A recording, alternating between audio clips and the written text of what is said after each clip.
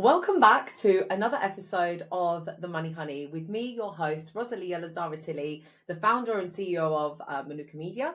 I am also the host of The Money Honey. I'm a #1 best-selling author, and I host a lot of women in finance retreats or events. I also volunteer in schools where I go into schools and talk about financial education, business motivation. I also talk about, career development. So I'm a busy person, to say the least, but I love it. I mean, I started this podcast about 16 to 18 months ago with the pure mission of bringing together and highlighting the women, the talented women within these industries such as property, finance, and construction. And it really has been a life-changing experience. The whole point of it has been to talk to women who are doing amazing things within our sector and to inspire you, the listener, to inspire you to either take up some of these strategies or learn from them or connect with other like-minded individuals, or perhaps you're going through a time in your career where you're thinking you're stuck, or you're thinking, how do I get to the next level? And then maybe one of these speakers could just be giving you that little nugget or that light bulb moment that you need. So yeah, we bring to you this podcast for free. The speakers come on with, volunteering their time to speak to you. I volunteer my time. If anything, I invest my money to make this show happen, because we need it. We absolutely need it. I wish I had this 10 years ago when I entered the property industry in 2015.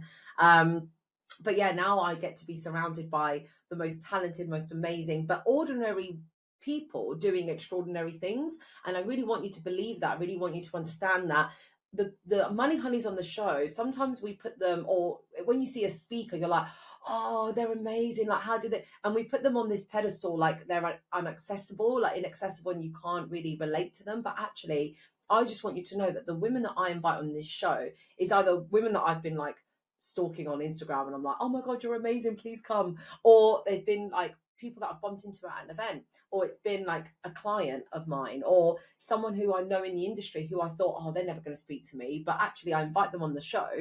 Like there's been a few people actually already on the show that are quite big on Instagram, like they've got at least 10,000 followers, some even 100,000 followers, and I'm like, oh, they're never going to come on The Money Honey, and they do, because everyone's normal, like normal people, ordinary people doing extraordinary things. And that's what I like to bring to this show today. So when listening, if there is something that feels relatable and intuitive and relevant to you, please, let that person know. Thank them for being on the show. That's what we like to call positive pollination here, is that you're all money honeys. Like I've said before, you're a money honey listening to this. The speaker is a money honey, and I'm the money honey host. So together, as I've used this analogy in the past, we are all these bees put into the melting pot of this gold delicious honey. That's how honey is made, when lots of bees come together and bring their pollen together. So the pollen here is your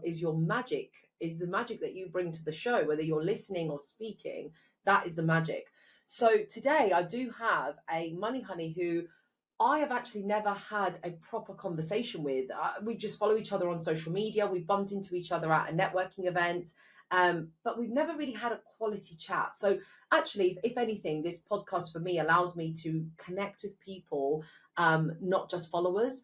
There's no point me growing my social media channels with followers. Like, what's the point? Like, what are we going to do? It's called social media. We have to talk to each other. We have to be sociable. There's no point going to a networking event if we don't follow up. So I saw her at this event and I was like, I swear I've seen you on LinkedIn or Instagram. We need to connect.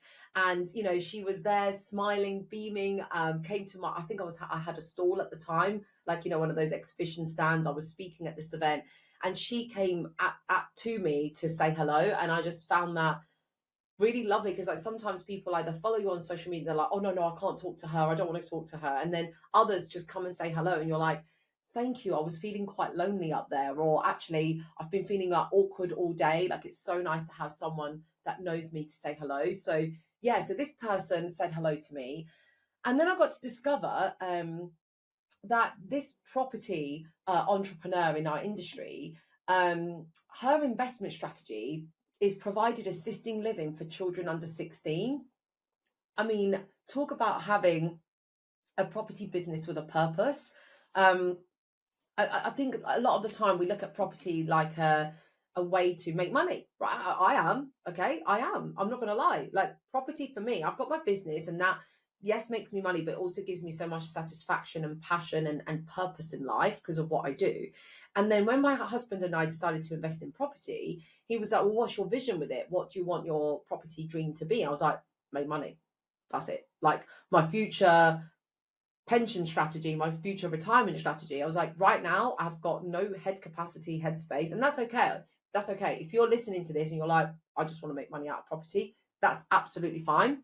But if there is a calling within yourself that you can do good beyond the greater good of just you earning some money, and you're thinking about, well, because right now there isn't something that inspires me personally, so I didn't want to be fake and be like, oh, I want to get into property because I want to put roofs over people's head. Like, yes, I do, but that's not something that like right now is speaking to my heart. So one day I'm sure I'll get a message from the universe that'll be like, oh, that's what I want to do. So if you haven't found that calling yet, it's okay. I'm here to just tell you it's okay. Like if you just want to get into property or not get into property, it's fine. But we do have a money honey on the show here today whose calling clearly was to provide assisting living for children under 16. I don't know how she got into it. We'll find out more about that. But she's also an owner of an auction house, and she spends her time connecting motivated sellers with eager buyers. We're all looking for that, right? You know, some of us have got the money, but we just don't know who's selling, or, you know, so she does that.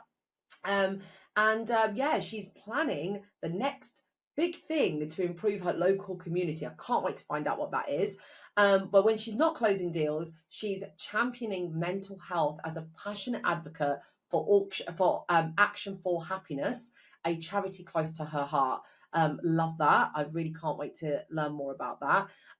She says that after all, what's the point of developing and selling houses if you're not spreading a little joy along the way? I mean, talk about money honey and positive pollination. That is literally the definition of our motto here at Manuka Media, which is positive pollination. So she is doing that by spreading that joy, her pollen. She's spreading the pollen and the meadow will grow. So I cannot wait to dive a lot deeper into this conversation with Aarti Patel, your money honey for today's show. How are you doing, Aarti? I can't wait to hear from you. Hi Ross, hi Money Honey. I'm good, thanks. How are you? Really good, thank you. It's Friday, and yeah, I'm ready for that end of week celebration actually, because it's been a phenomenal week this week. How about you? How have you been this week? I've been good. I actually knew that we had this podcast book, so I tried to catch up on the book. But Oh my God, you are amazing. I'm not gonna lie, I'm only that much in though. I've got a lot more to get through. The fact that you bought a book, I mean, Yeah. that is something you can't teach. You know, that was very diligent of you to know that you're on the show and buy a book. Oh, that is so good. Thank you. I hope you enjoy it. No, thank you. But tell us who you are. Give us an intro. I'm going to have my autumnal soup whilst I'm on this, because I literally am stuck on this chair all day. And yeah, I hope you don't mind. I'm just going to Oh have a no, little cup that's of background. okay. Yeah. So yeah, I'm Aarti Patel. I'm from Leicester, and yeah, as you said, my property investment strategy is something called assisted living, and that is for children under 16 who live in the properties. And I also have a new auction company that I've started, which is an auction house, because I found that I was getting a lot of deals my way, which didn't necessarily fit the criteria of the children's care home, but they were still a deal for somebody else. And I didn't quite know what to do with it. And I wasn't quite compliant as well at the same time to be a property sourcer. And I just thought having an auction house would be just the best way to offer those opportunities to anybody else interested. The charity side of things, so Action for Happiness, that's really close to home as well. So it's all about it's just happiness in everything, really. If you're happy, as the saying goes, happy people sell. So if you're happy, you can sell. Happy people get things done. So if you're happy, you can get things done. And it just improves all of the other elements and aspects of your life. So I think it's just a lifestyle, really, to pursue happiness. And I was really fortunate that there's a local charity in that area, where we do Zoom calls with people in Leicestershire and help promote happiness as much as we can, or help them and listen to them as well.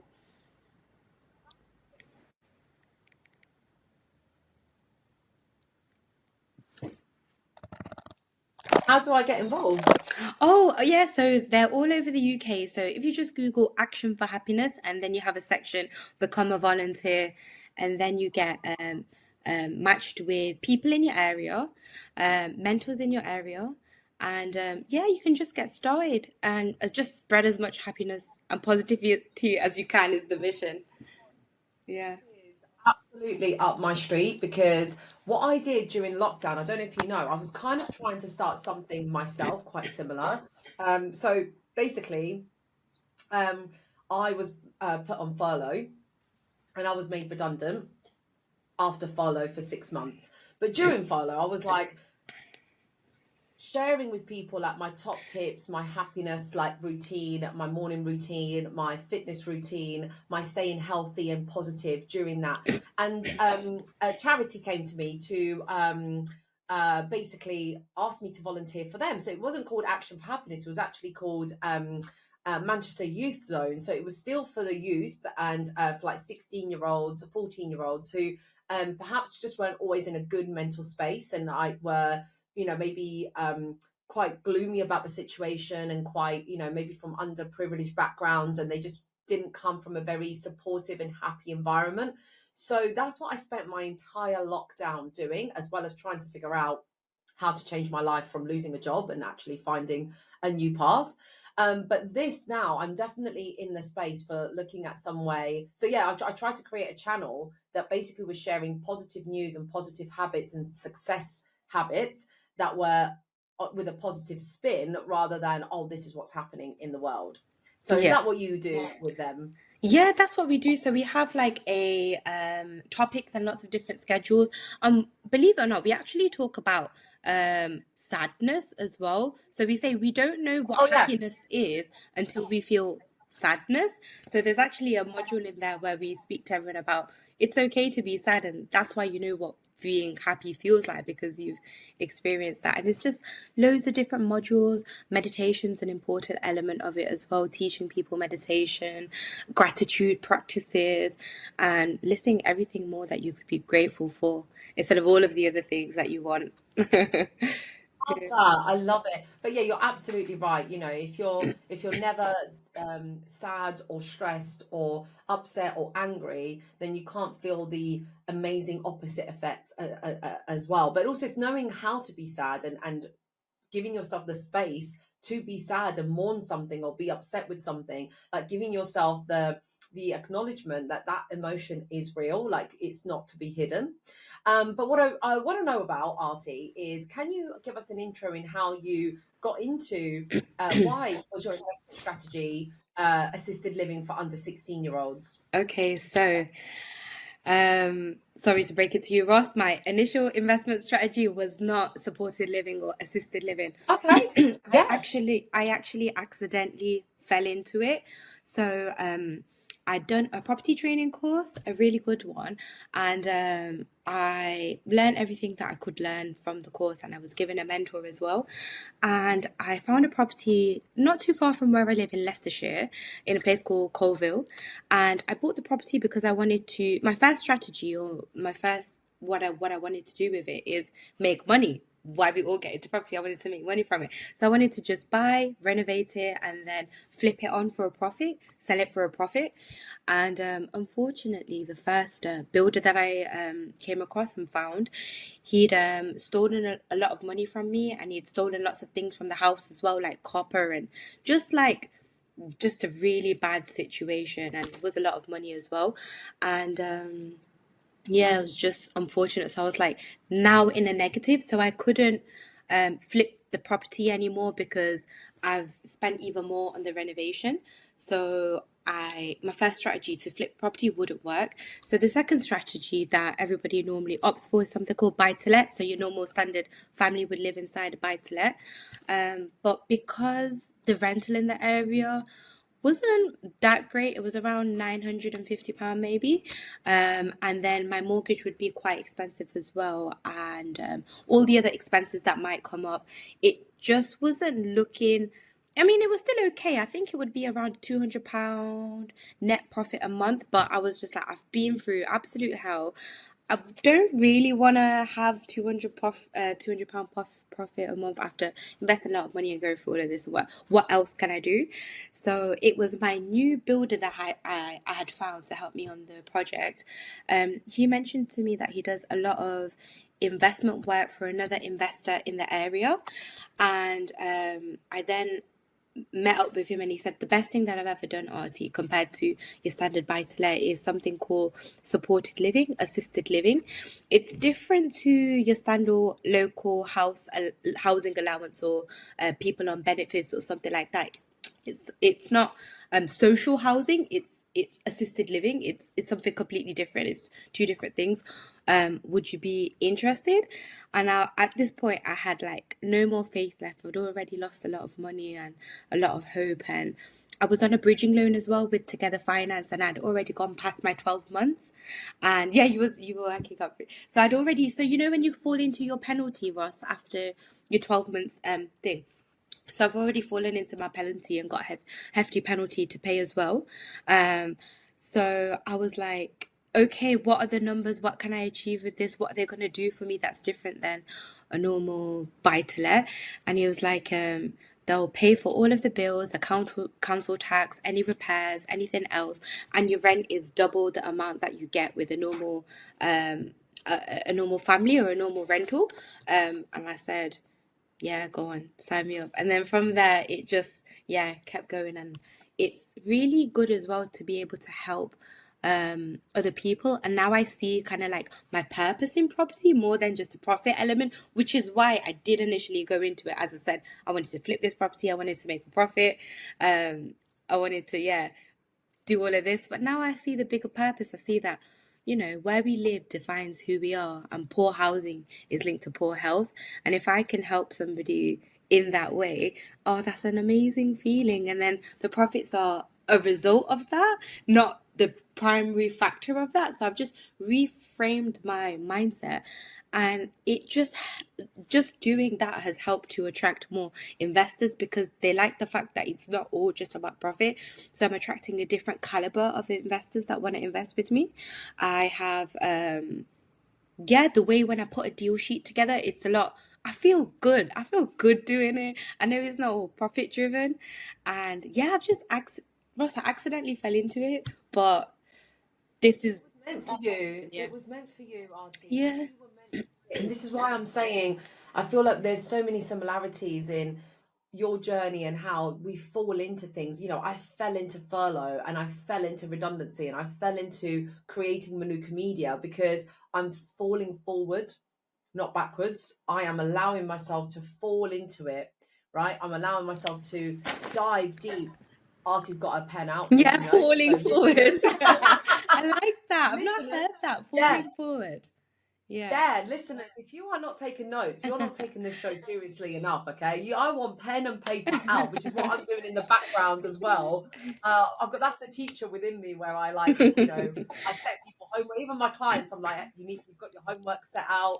So yeah, Auntie, thank you for writing those notes, because yeah, I think what I've done is when there's been a hurdle, I've just fallen into it. And we always say, oh, I just fell into it. But actually, that is you embracing the reaction, or reacting to the way life throws something at you, and you're just going. So when I was on furlough, I was the happiest furloughed person you probably ever met, because I was literally like, I thought I was just being paid to entertain people on Yeah. social media. I was like on TikTok, I was like, guys, this is my morning routine, but I was getting follow money, but I was doing what I wanted to do with my spare time and my freedom. Even though I so desperately wanted to go back to work, and I wanted to have like that security, because obviously the future was scary for me, and was looking scary. I didn't know what to do, but yeah, I found it that way. And I say fall more often, fall into it, Yeah. fall head first, go into it and dive in. And that's why, you know, you've made this. I have been looking at, so I know I said in my intro that I don't really have a purpose with property, but I did say to Matt, if it would be anything, and I didn't want to say it myself. I wanted you to share your story first, but I said if it would be anything, it would be like society. What's it called? Hold on, wait.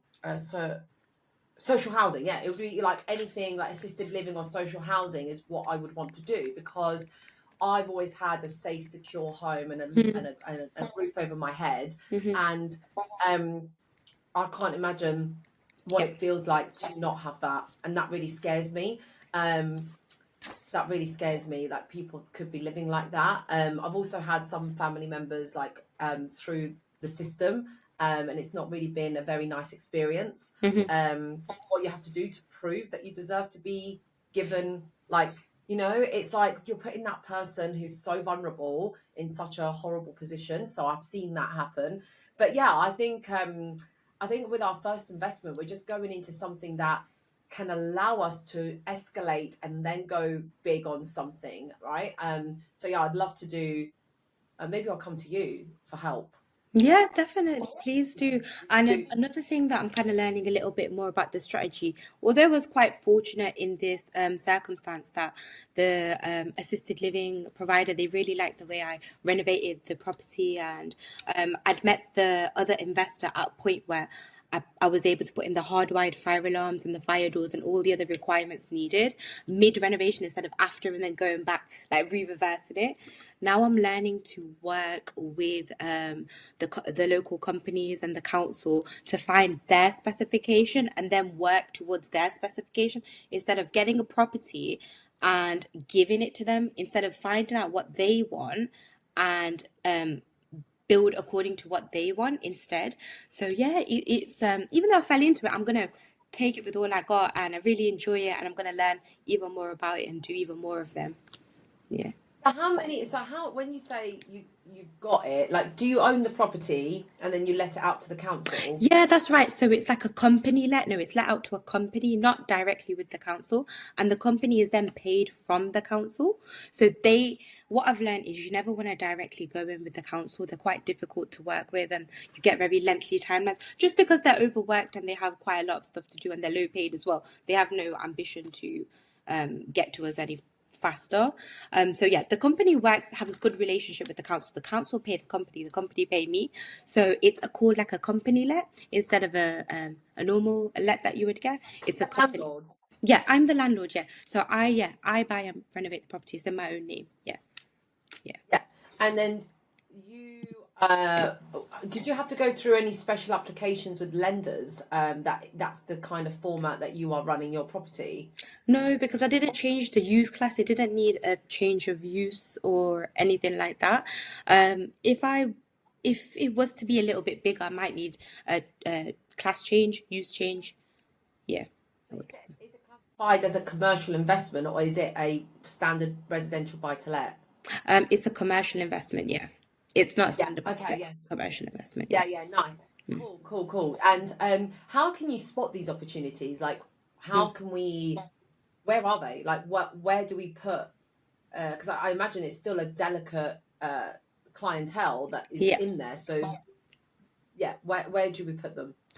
Where are the Um, properties? where are the actual properties or Yeah, like, where would you buy yeah. a social housing or assisted living property?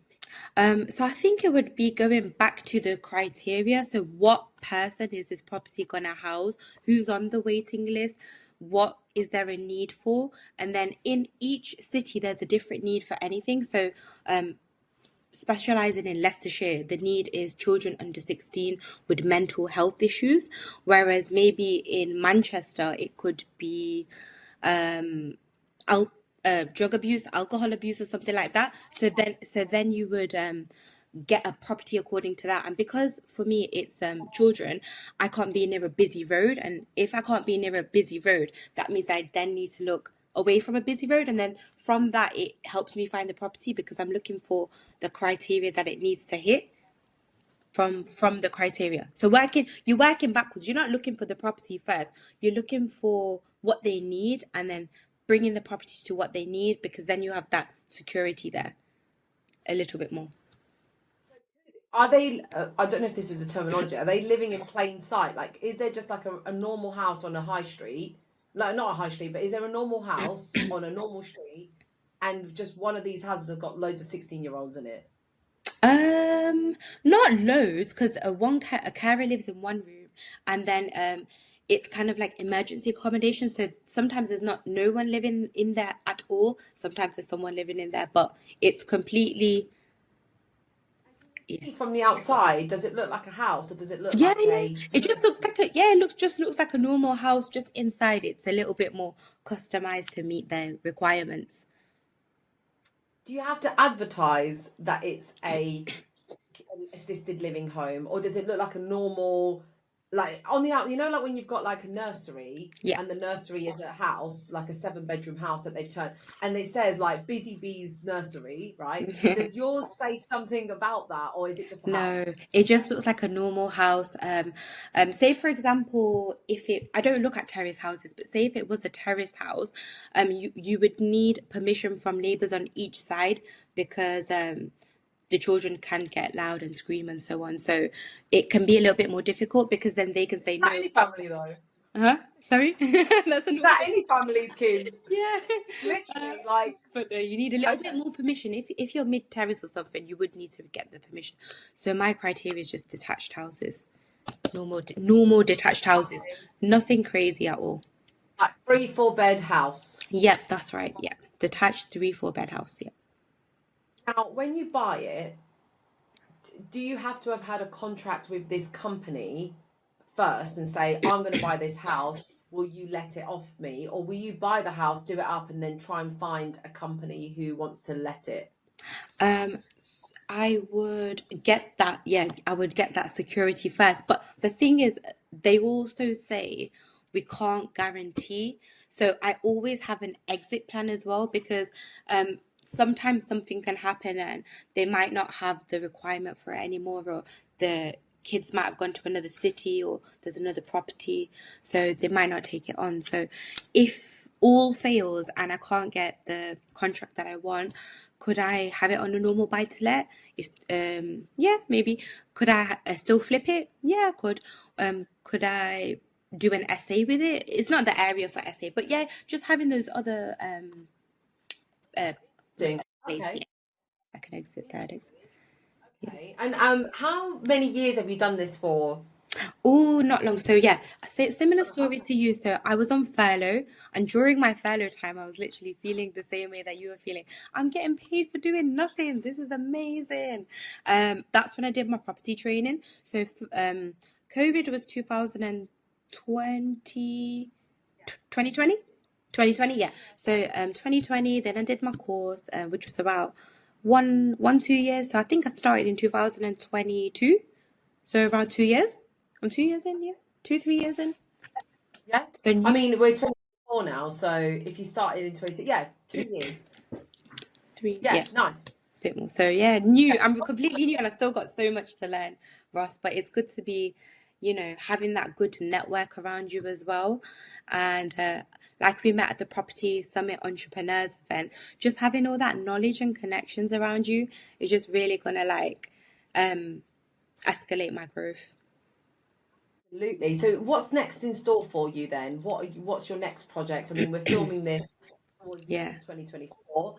We're going into 2025. What's in store for Aarti Patel? Okay, so in that same investment area that we're in Colville, I've discovered a dilapidated bakery from Co-op in 1930, and the building itself is really big and it's been through lots of challenges. It went from Co-op bakery to a meat factory, and then it had a fire, and then now it's just like an eyesore for the place. So yeah, the next project is to develop that on a joint venture basis with the experienced developer to 100 apartments for the elderly instead this time. So yeah, it's a big Have jump. you already secured it? Have you already secured it? Yeah, we have, but we've still got a lot of things to do in terms of planning. We need to apply for planning and everything else. So we're really early stages of the project. It's me and the experienced joint venture partner who I also met through networking, and yeah, so we're just gonna What are go you bringing? big. What are you bringing to the table? So Yeah, they're obviously Yeah. What is the partnership there? Yeah, so our partnership is 80-20%. So my experienced developer gets 80%, I get 20%. And what I'm bringing is I'm bringing the deal, I'm bringing my time, I'm bringing the local expertise. My friend's dad works in the local planning department that we need. So that's going to be Oh, helpful. Yeah. And also funds. Yeah. So I'll bring I was 20% going to of say, the yeah, purchase who's price. bringing the money? Yes, Yeah, yeah, yeah. I'll bring Okay. it 20% of the purchase price towards the property as well. The developer is doing the works, but also putting in 80%. Yeah, that's right. Yeah. Wow. And then you're going for obviously lending as well. No, we're not actually. Or cash. The developer has variety of cash options. Yeah. But I did mention to him that it is not a bad idea to get development finance because they can fund the whole build, which is around close to nearly a £2 million build, which we can get through development finance. But he said we don't want to do that. I said okay. I said okay. Well, I mean, so he's got the 2 million Yeah, cash. yeah. He prefers to do it in cash. Yeah. Fair enough. Yeah, some people do that, but yeah, for some it's absolutely unattainable to just get that kind of money. So that's amazing. Congratulations. I'm so happy for you that Yeah. you are in that place. So really, really huge well done. Like congratulations. And Thank you, but we're still really early stages, and I'm still looking for more projects. Maybe not so big, but this is like the bigger vision thing. So this will probably get planning approved in May next year. So obviously I got to fill my time up until May next year, but there's a lot of moving parts and different elements to this as well. absolutely. Well, you just take what you can and you just do Yeah. whatever is your line of sight. But yeah, so thank you. Honestly, it's been such a pleasure to have you on the show here today. I have really enjoyed getting to know you. What would you like to say? How would you like to finish off with those listening? What's your key message that you want them to remember you by? I would say the key message from like my new investment strategy and falling into this is what happens, like whatever happens to all of us. It's all about how we're gonna react to it and get back up because these bad things they happen to all of us. I'm not excluded from it, or they're not excluded from the bad things like theft and people stealing from you and doing you wrong and bad business and so on. But it's all about how do you recover from it? How do you go on about it? What's the next thing you're gonna do after this unfortunate event? What is the lesson in this? So I'd say, yeah, whatever happens to all of us. And what are we gonna do about it? Yeah.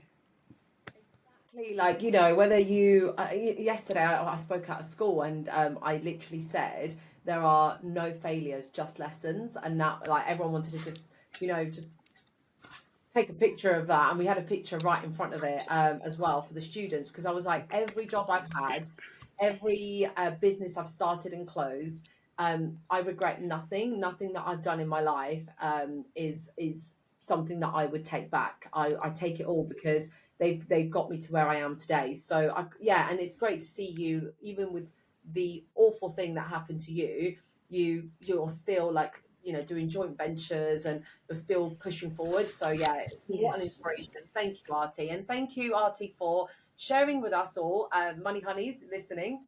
If you enjoyed learning more about assisted living and you think, oh, okay, actually, I didn't know what drew me to property, but now I feel like my money could be well spent in this area, then by all means, please reach out to Artie. I'm sure she will welcome you on her Instagram or LinkedIn. I'll put everything in the show notes, and so how you can find her.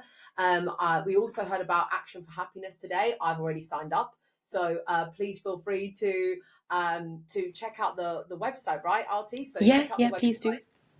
Yeah, and yeah, see what you can do there for your contribution. And as always, speaking of contribution, our motto here is positive pollination. So, however way you can spread this positivity, whether it's sharing this episode with someone that you think might be, benefiting from it, or it's reaching out to Artie saying thank you for today, I really enjoyed your show, or it's coming on the show. That's also part of positive pollination. You might want to use your voice to spread a message. Come and spread it over here, because the more pollen we can spread, the more honey we can make and the more positivity there is in the world. So please do get involved in whatever shape or form you wish. So without further ado, let's say goodbye once more again to Aarti, and thank you everyone for listening. Thanks, Aarti.